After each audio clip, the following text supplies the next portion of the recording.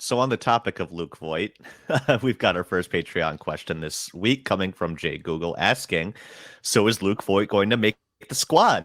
Seeing him push back on the decision date makes things interesting. So, of course, that came out in the last week as we were getting ready to record this. His opt-out date was supposed to be, I think, at the end of last week, this past Friday, as we record on a Sunday. But he's pushed back that decision after the Brewers kind of asked him to, and he's like, yeah, I like the fit here, and I seem to be doing well, so I want to see if I can make the team here. So Ryan, I guess as you kind of do your roster projection, is he going to make the team, and what does that mean for Keston Hiura?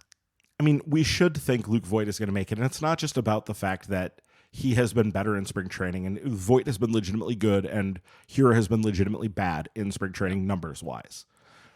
But we shouldn't think that that's like determinative. Like that, those things shouldn't necessarily be determinative. We tend to overrate them because it's what we see and it's what we can like hold on to. But the idea that spring training numbers mean anything is really very questionable. But I think that at some point it has to be time to move on from Hiura because he just hasn't improved. He hasn't gotten better in such a long time now. I mean, we're now 3 years past the point where he was this amazing breakout, almost rookie of the year type player in 2019. And we haven't seen that guy in a long time. And he's really gone backwards in a lot of ways. Yes, he did improve somewhat last year, but it was still swinging and missing at a lot of stuff in the zone. And I when I've seen him this spring, I've seen him swinging through belt-high fastballs, and like he just can't do that very much and be a valuable player. And so we probably should think it's time to turn the page, and they probably should turn the page, but here is still here, and we just don't. That never seems to change.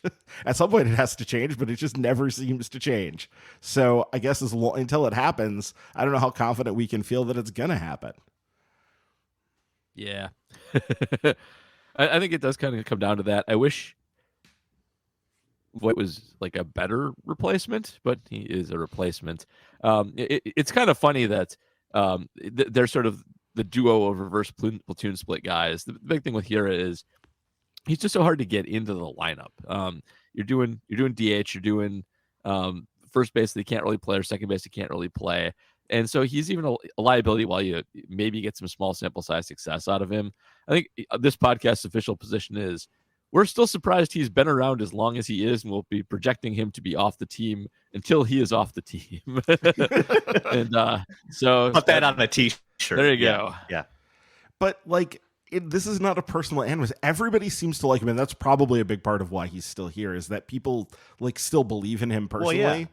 And they want to see him succeed. And so, but at some point, just for his own sake, like, go to another team. And maybe they're a little worried that if he goes to another team and he becomes better, everybody's going to be like, oh, you suck at like coaching guys and you can't fix him. And that I think is, yeah, but that's, if that's the worry, if that's the concern, like, then that points I don't think problems. They're concerned about that.